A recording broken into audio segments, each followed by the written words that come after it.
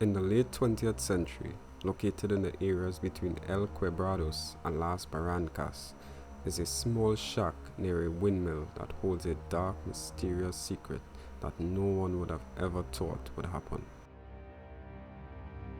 Although the state of San Andreas is known for its abuse of drugs and alcohol, murders were no exemption from this list. The killings were always a daily occurrence, mostly consisting of gang-related attacks, but none were more gruesome than those done by the infamous killer, Mr. Trenchcoat.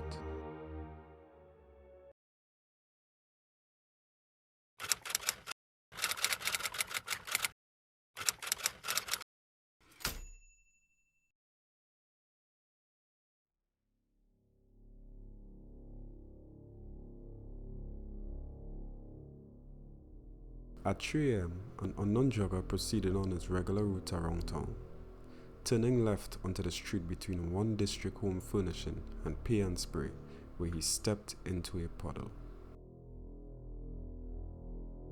To his knowledge, rain did not fall the night prior, so his curiosity prompted him to investigate.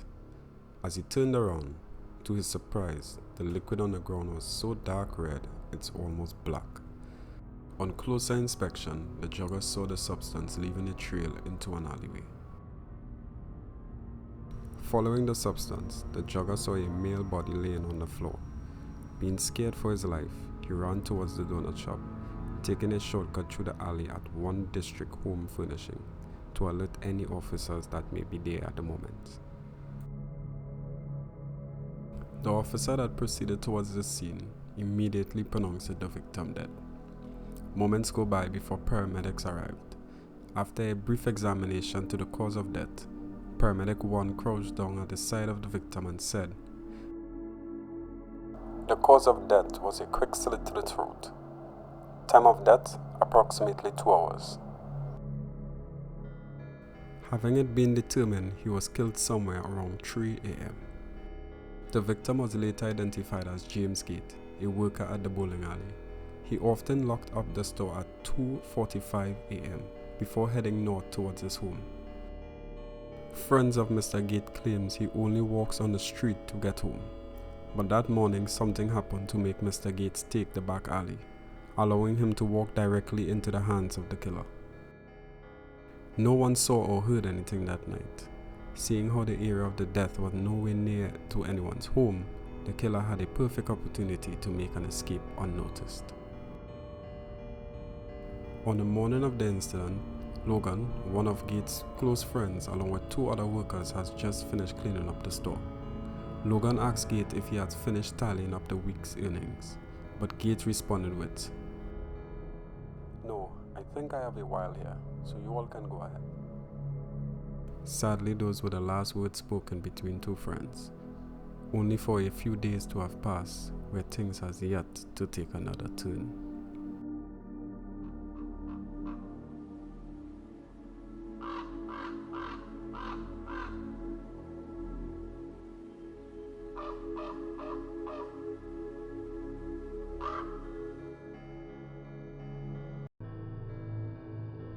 At 6 a.m., Mr. Kenneth, a tenant at Dan Camper RV Park, left his room to head out to work.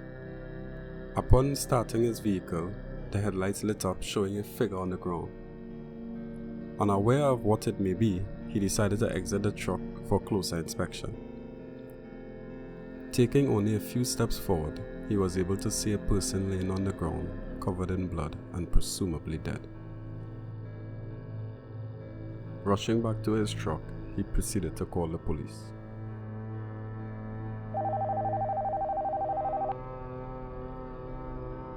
"Hello, this is Boone County Police Service." "Hello, there's someone laying on the floor. I believe he is dead. Can you send someone over?" "Okay, sir. Where are you located?" "I am in Las Barrancas at the Dan Camper RV Park." "Okay, sir. We are sending someone over now."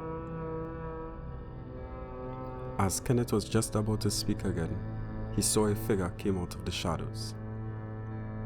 "Hello? Who are you?" "Is there someone with you?" "No, not with me."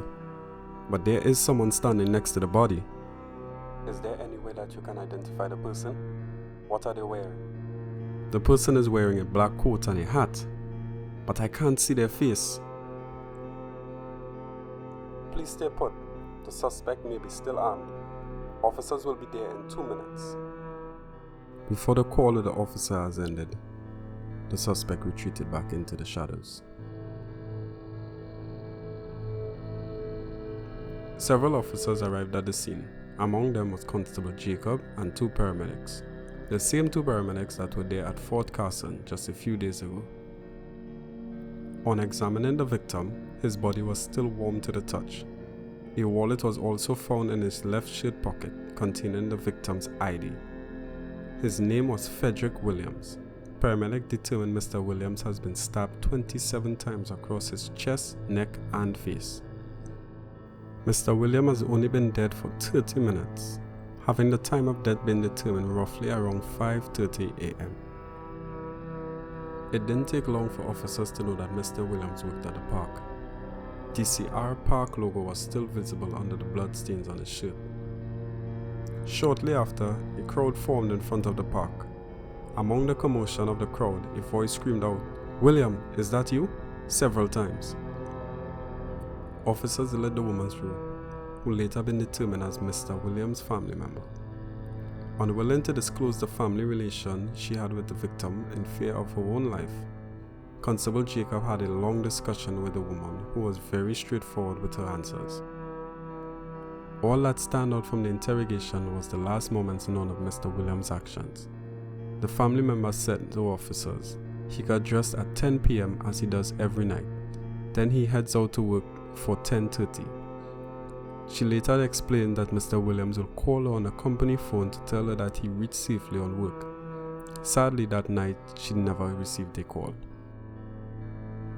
Later, the company records show that every night between 10:30 and 10:40, a call was made to the same number for no more than 10 seconds, giving the police enough evidence to show that the family member was telling the truth. Not having enough evidence to hold her as a suspect to the murder, they were forced to let her go.